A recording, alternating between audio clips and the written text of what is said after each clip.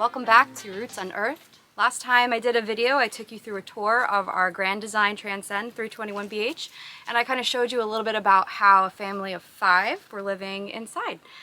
So today I want to give you a tour of the outside of our RV, but with a little twist today because our family now is completely off-grid.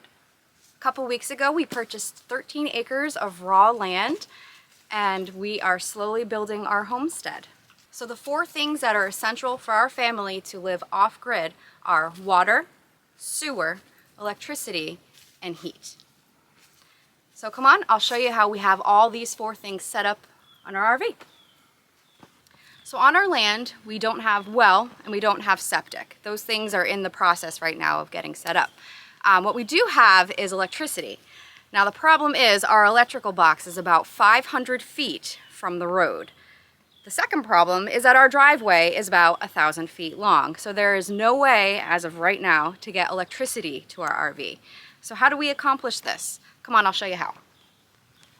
So the Grand Design came with 1 solar panel, however, it wasn't sufficient enough to supply all of our electricity needs. So the panels behind me connect to a solar generator, which helps to generate all the electricity we need to power our lights, our refrigerators, small appliances, phones, and actually the blower, which helps our heat circulate throughout the RV. Our solar panels charge our Anchor solar battery, which we keep right in here. The reason we keep it inside is because we need to keep it out of the elements. So we're still working on some cable management in order to get this door to shut, but as of right now, it's working out pretty well for us. So if it's a cloudy day, we're not always able to fully charge our solar battery. So what we've used is a gas-powered generator that will help to charge our battery here and also provide some emergency electricity if we needed to access it inside. All right, so let's talk about heat. B. Okay, so let's talk about heat. So what we have here are 2 20-pound propane tanks, and this provides fuel for our heat when the temperatures drop, as well as fuel for the stove and the oven. Now obviously 2 20-pound tanks are not going to be sufficient for the amount of fuel that we need for our family.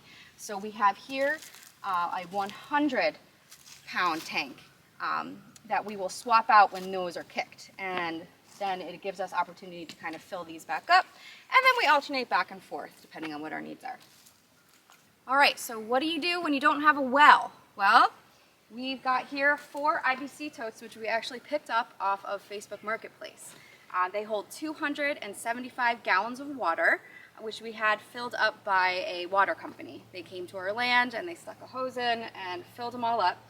And then down here we have an RV pump with a hose that connects to our RV water tank. All right, so once a week we fill up our RV water tank and we use that water for dishes, showers, sinks, whatever you need water for.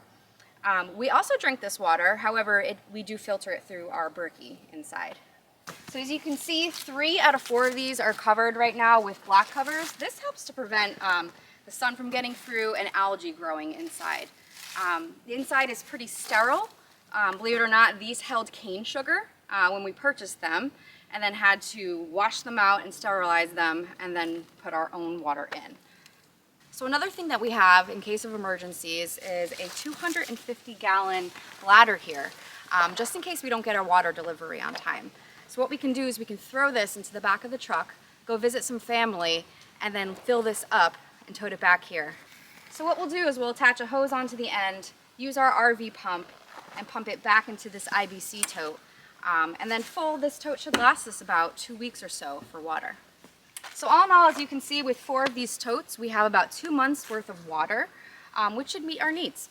So if you're interested in learning more about how we built this water system, subscribe to our channel, because coming up will be at least 2 or 3 more videos on the detailed workings of how all of this is set up and hooked up to our RV. Okay guys, what do we do with the poo? So what we have here is an above ground septic tank, which we've rented from a porta potty company for $75 a month. So this holds 300 gallons? I don't know, a lot of poo.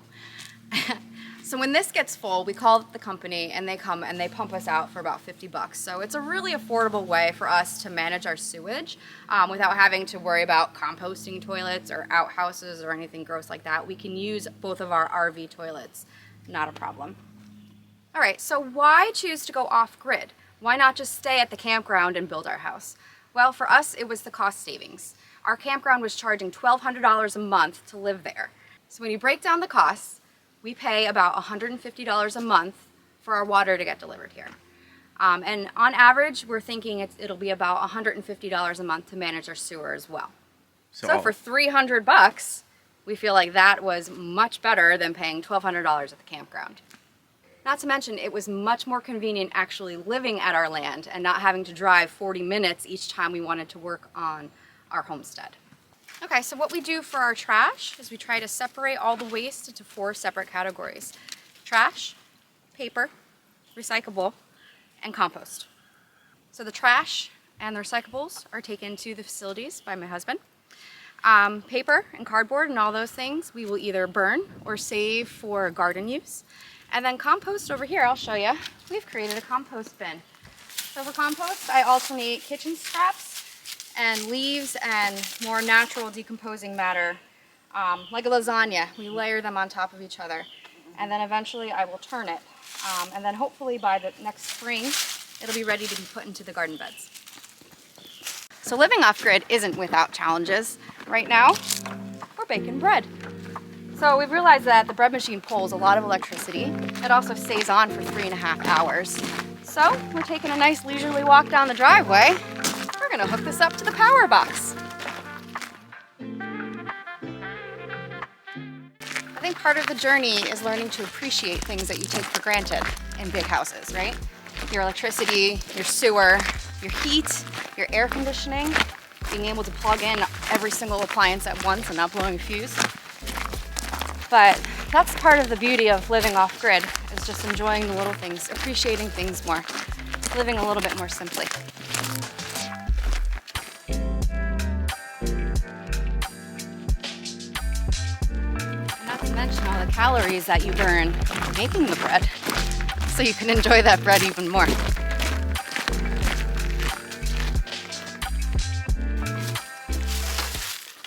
So we're really fortunate that we have this temporary service. We wouldn't be able to do this in the RV normally. And if we did, we wouldn't be able to run any other appliances at the same time. It would draw too much. There's a hole here. Too much energy. Here she goes. So another big thing that we did for our land was purchase this travel trailer.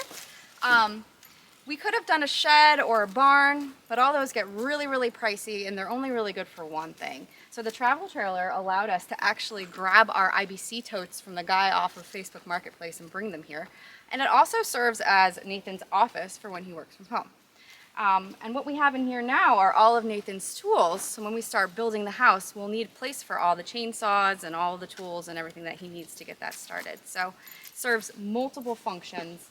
It also moves really easily. So if we decide that we don't want to be set up here, we want to be set up all the way across 2 acres over there, we can just hook it up to the truck and go. Same with our house. Everything is mobile. So one of the best reasons for living off-grid on your land that you've just purchased is being able to be there and experience your land without making any hasty permanent decisions. So by living in an RV, we get to see which position of our land gets the best sun. Where's the best place for our garden? Where should our pastures go? Where's the best placement for our house and our driveway and our shed and our barn? We just don't get to blindly pick out these things. We're actually living and kind of giving it a test run before we make these permanent decisions. Off-grid living is an adventure for sure.